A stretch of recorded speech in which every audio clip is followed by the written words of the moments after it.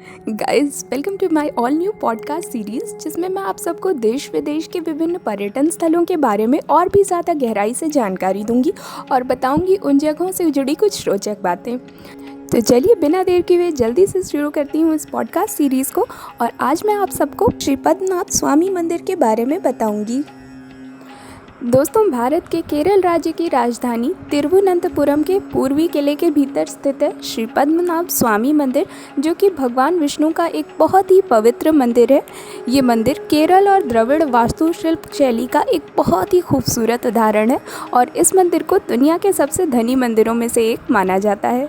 और यहाँ पे मैं आप सबको बता दूं कि इस मंदिर का इतिहास 8वीं सदी से मिलता है। ये विष्णु के 108 पवित्र मंदिरों में से एक है, जिसे भारत का दिव्य देशम भी कहते हैं। दोस्तों, दिव्य देशम भगवान विष्णु का सबसे पवित्र निवास स्थान है, जिसका उल्लेख तमिल संतों द्वारा लिखी गई पांडुलिपियों से मिलता है। इस मंदिर के प्रमुख देवता भगवान विष्णु हैं, जो कि भुजंग सर्प अनंत पर लेटे हुए हैं। त्रावणकोर के प्रसिद्ध राजा मार्तंड वर्मा ने इस मंदिर का पुनर्निर्माण कार्य कराया था, जो कि आज के श्री पद्मनाभ स्वामी मंदिर के रूप में हमें दिखता है। मार्तंड वर्मा ने ही इस मंदिर में मुर्जपम और भद्र दीपम जैसे त्योहारों की शुरुआत की थी। दोस्तों, मुर्जपम का अर्थ होता है प्रार्थना का मंत्रोच्चार करना, और इस मंदिर में हर 6 वर्ष में ये एक बार किया जाता है। और दोस्तों, आपको ये जानकर हैरानी होगी कि वर्ष 1750 में मार्तंड वर्मा ने त्रावणकोर राज्य भगवान पद्मनाभ को समर्पित कर दिया था। मार्तंड वर्मा ने ये घोषणा की कि राज परिवार भगवान की ओर से राज्य का शासन करेगा और वे स्वयं और उनके वंशज राज्य की सेवा पद्मनाभ के दास या सेवक के रूप में करेंगे। तब से त्रावणकोर के प्रत्येक राजा के नाम से पहले पद्मनाभ दास पुकारा जाता है और पद्मनाभ स्वामी को त्रावणकोर राज्य द्वारा दिए गए दान को त्रिपड़ी दानम कहा जाता है। और केरल की राजधानी तिरुवनंतपुरम का नाम श्री पद्मनाभ स्वामी मंदिर के प्रमुख देवता के नाम पर है, जिन्हें अनंत भी कहा जाता है। दोस्तों, तिरुवनंतपुरम का शाब्दिक अर्थ है श्री अनंत पद्मनाभ स्वामी की भूमि। और ऐसा माना जाता है कि श्री पद्मनाभ स्वामी मंदिर ऐसे स्थान पर स्थित है जो 7 परशुराम क्षेत्रों में से एक है, और स्कंद पुराण और पद्म पुराण में इस मंदिर का संदर्भ मिलता है। और आज की डेट में इस मंदिर का संचालन एक ट्रस्ट द्वारा किया जाता है, जिसका नेतृत्व त्रावणकोर के पूर्ववर्ती राज परिवार के पास है। दोस्तों, बात करें अगर हम इस मंदिर के इतिहास की, तो प्राचीन शास्त्रों के अनुसार ऐसा माना जाता है कि इसे 5000 साल पहले बनवाया गया था, लेकिन इसका कोई भी सटीक प्रमाण नहीं है। इस मंदिर के बारे में धार्मिक पुराणों में ऐसा बताया गया है कि अनर्त देशा में एक मुनि रहा करते थे, जिनका नाम दिवाकर था। वो बहुत ही बड़े विष्णु भक्त थे और बिना किसी डर या भय के अपने दैनिक अनुष्ठानों और पूजाओं को बिल्कुल सही तरीके से किया करते थे। और एक दिन मुनि ने अपने आश्रम के पास एक छोटे लड़के को देखा और उस लड़के पर इतना मोहित हो गए कि उन्होंने उस लड़के को अपने साथ अपने पुत्र के रूप में रहने का अनुरोध किया। वो लड़का इस शर्त पर राज़ी हुआ कि उसका कभी भी अपमान नहीं किया जाना चाहिए। मुनि ने इस बालक की बचकानी हरकतों को बहुत ही धैर्य के साथ सहन किया, लेकिन एक दिन जब मुनि पूजा कर रहे थे तो लड़के ने उनका शालिग्राम उठा लिया जिसकी वो पूजा कर रहे थे और उसे अपने मुंह में रख लिया, जिससे वो अपवित्र हो गया। ये सब देखकर मुनि बहुत क्रोधित हो गए और उन्होंने उस लड़के से तुरंत जगह छोड़ने के लिए कह दिया। लड़का वहाँ से जाने लगा और जाते जाते उसने मुनि से कहा कि अगर वो कभी उससे मिलना चाहेंगे तो वो अनंत काडू के पास आ जाएं। लेकिन दोस्तों, उस लड़के के जाते ही मुनि को यह एहसास हुआ कि वो लड़का भगवान विष्णु का अवतार था। बस फिर क्या था, मुनिवर उस लड़के को खोजने निकल पड़े और कुछ समय बाद वो लड़का अनंत काडू के पास एक जगह पर उन्हें मिला, लेकिन उनके देखते ही देखते वो इलुपा के पेड़ में पूरी तरह समा गया, जिसके कारण वो पेड़ ज़मीन पर गिर गया और उससे भगवान विष्णु की मूर्ति प्रकट होने लगी। उस मूर्ति का आकार इतना बड़ा था कि उसके सिर वाला भाग तिरुवल्लम में था, जो पूर्वी किले से लगभग 3 मील दूरी पर है, और उसके पैर त्रिप्पापुर में पहुँचे थे, जो उस स्थान पर से उत्तर दिशा की तरफ 5 मील दूर स्थित है। तब मुनि ने भगवान विष्णु से प्रार्थना की कि वो अपने आकार को कुछ सिकोड़ लें ताकि वो उनके पूरे दर्शन कर सकें। मुनि की बात सुनकर भगवान विष्णु ने अपने आकार को 18 फीट का कर दिया और फिर मुनि ने एक नारियल के खोल में उन्हें कच्चा आम अर्पित किया, और उस दिन से ये प्रसाद आज भी इस मंदिर में प्रथा के रूप में अर्पित किया जाता है। और बात करें अगर हम मंदिर की वर्तमान संरचना की, तो पद्मनाभ स्वामी मंदिर प्राचीन केरल और द्रविड़ शैलियों के अनुसार बनाया गया है। मंदिर के गर्भगृह में भगवान पद्मनाभ की 8 मुख वाले सांप आदि शेषनाग के ऊपर एक मूर्ति विराजित है। ये प्रतिमा अपने निर्माण के लिए जानी जाती है, जिसमें 12,008 शालिग्राम है, जिन्हें नेपाल की नदी गंडकी के किनारे से लाया गया था। इस मूर्ति को साफ और सुरक्षित रखने के लिए उसमें आयुर्वेदिक लेप लगाया जाता है और दैवीय शस्त्र धारण करने वाली अन्य देवी देवताओं की मूर्तियां भी यहाँ स्थापित हैं। इस मंदिर परिसर के प्रांगण में एक और मंदिर विराजमान है, जो पद्मनाभ स्वामी मंदिर से भी बहुत समय पहले का मंदिर है। ये पुराना मंदिर अर्जुन के दिव्य सारथी श्री कृष्ण को समर्पित है और इसके अलावा यहाँ पे भगवान राम, माता सीता, गणेश जी और हनुमान जी के मंदिर भी यहाँ विराजमान हैं। इसके अलावा जब टीपू सुल्तान ने त्रावणकोर पर आक्रमण किया और वो हार गया, तो उसका जश्न मनाने के लिए सन 1840 के दशक में बनवाया गया एक क्लॉक टावर है, जिसे मेथनमढ़ी कहा जाता है। आप उसे भी यहाँ देख सकते हैं। और दोस्तों, इस मंदिर का वास्तुशिल्प पत्थर और कांसे पर की गई नक्काशी के लिए प्रसिद्ध है। मंदिर के अंदरूनी हिस्सों में सुंदर चित्र और भित्ति चित्र उकेरे गए हैं। इनमें से कुछ चित्र भगवान विष्णु की लेटी हुई मुद्रा, नरसिंह स्वामी, भगवान गणपति और गजलक्ष्मी की छवियां हैं।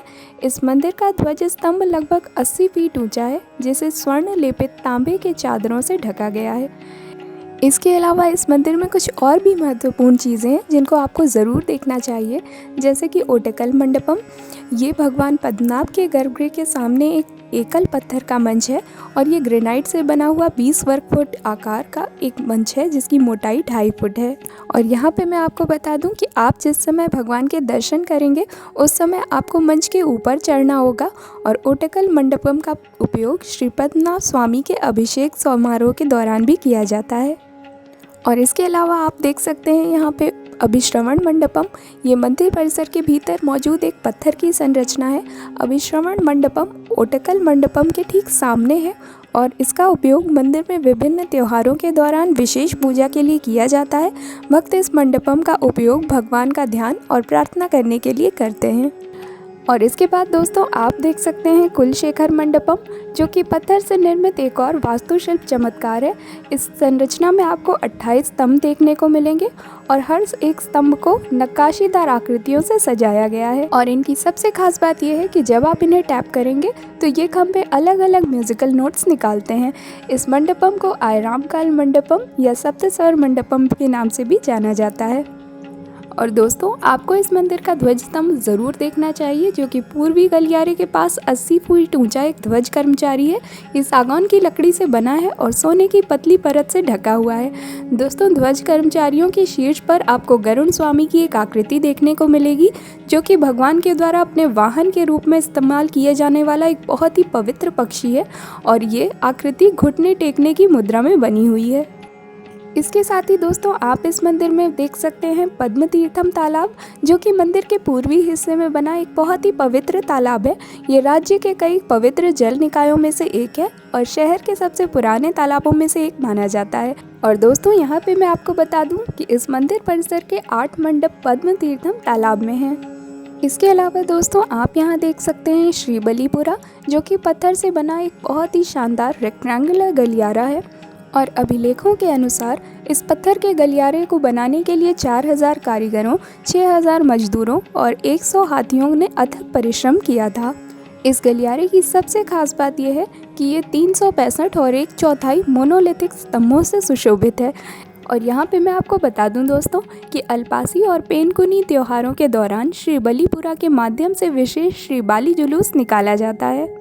और इसके अलावा दोस्तों, श्री पद्मनाभ स्वामी मंदिर का गोपुरम अपने आप में एक बहुत ही अनूठी संरचना है, जिसे आपको ज़रूर देखना चाहिए। जी हाँ दोस्तों, इस मंदिर में 9 प्रवेश द्वार हैं, जो मानव शरीर के 9 छिद्रों को दर्शाते हैं। और पूर्वी प्रवेश द्वार पर आपको एक 7 मंजिला ऊंचा गोपुरम देखने को मिल जाएगा। और यहाँ पे मैं आपको बता दूं दोस्तों कि 100 फीट ऊंचे इस प्रवेश द्वार का निर्माण दक्षिण भारत के मंदिरों के बीच लोकप्रिय पांडियन शैली में किया गया है। इस गोपुरम पर भगवान विष्णु के 10 अवतारों को दर्शाया गया है और शीर्ष पर आपको 7 सुनहरे गुंबद दिखाई देंगे। और बात करें अगर हम इस मंदिर के कुछ सख्त नियमों की, तो मंदिर में केवल हिंदुओं का ही प्रवेश मान्य है। अन्य धर्मों के लोगों का प्रवेश यहाँ पे वर्जित है। और पोशाक पहनने के भी बहुत ही सख्त नियम है, जिनका पालन आपको मंदिर में प्रवेश करते समय करना होगा। पुरुषों को मुंडू या धोती पहनना होगा और किसी भी तरह की शर्ट या कमीज़ पहनने की अनुमति नहीं है। वहीं महिलाएं साड़ी या फिर लॉन्ग स्कर्ट और ब्लाउज़ पहन सकती हैं। और भक्तों की सुविधा के लिए मंदिर के प्रवेश द्वार पर किराए पर धोती और साड़ी दोनों ही उपलब्ध हैं। और दोस्तों, अब बात करें अगर हम इस मंदिर के खजाने के बारे में, जिसके लिए ये मंदिर काफ़ी ज़्यादा चर्चा में रहता है, तो दोस्तों पद्मनाभ स्वामी मंदिर के गर्भगृह के नीचे 6 बड़े बड़े गुप्त वॉल्ट या तहखाने बने हुए हैं। माना जाता है कि यूरोपीय लोग मसालों, खासकर काली मिर्च के व्यापार के लिए भारत आते थे और त्रावणकोर के राजा मार्तंड वर्मा ने पुर्तगाली समुद्री बेड़े और उसके खजाने पर ही नहीं बल्कि इस व्यवसाय पर भी पूरी तरह से कब्जा कर लिया था। मसालों के व्यापार से राज्य को काफ़ी ज़्यादा फ़ायदा होता था और इस संपत्ति को इस मंदिर में रख दिया जाता था। सही मायनों में तो पूरे राज्य की संपत्ति को ही इस मंदिर में रखा गया था। और यही कारण है कि मंदिर के खजाने और वैभव की कहानियाँ दूर दूर तक फैली हुई थी और आक्रमणकारी इस पर कब्जा करना चाहते थे। लेकिन दोस्तों, ये मंदिर एक ऐसे इलाके में बना हुआ है जहाँ कभी कोई विदेशी हमला नहीं हुआ। सन 1790 में टीपू सुल्तान ने मंदिर पर कब्जे की कोशिश की थी, लेकिन कोची में उसे हार का सामना करना पड़ा था। इसके अलावा टीपू सुल्तान से पहले भी इस मंदिर पर हमले और कब्जे की कोशिशें की गई थी, लेकिन ये कोशिशें कभी भी कामयाब नहीं हो पाईं। इसके बाद वर्ष 2011 में एक सेवानिवृत्त आईपीएस अधिकारी सुंदर राजन ने मंदिर के खजाने की जांच के लिए सुप्रीम कोर्ट में याचिका दायर की थी। इसके लिए सुप्रीम कोर्ट ने खजाने के बारे में पता लगाने के लिए एक 7 सदस्यीय कमेटी का गठन किया। कमेटी द्वारा इन वॉल्ट्स को A, B, C, D, E और F नाम दिए गए। इन कमरों में प्रवेश करना एक चुनौतीपूर्ण प्रक्रिया साबित हुई, लेकिन जब उन्होंने बहुत मेहनत के बाद इस तिजोरी में खजाने की खोज की, तब उन्हें वहां हीरे और अन्य कीमती रत्नों और पत्थरों के साथ साथ 1 लाख करोड़ रुपए की कीमती धातुओं से बनी मूर्तियां और सिंहासन मिले। इस मंदिर के खजाने से भगवान विष्णु की एक 3.5 फीट ऊंची शुद्ध सोने की बनी मूर्ति मिली, जिसमें विभिन्न प्रकार के हीरे, मोती आदि रत्न जड़े हुए थे। और इसके अलावा यहाँ पर कई नेपोलियन युग के सिक्के रोमन सोने के सिक्कों के साथ पाए गए, जो कि स्पष्ट रूप से पहले की शताब्दियों में व्यापार की व्यवस्था का संकेत देते थे। कुछ मान्यताओं के अनुसार मंदिर में देवता के लिए 18 फीट लंबा सोने का सिंहासन बनाया गया था।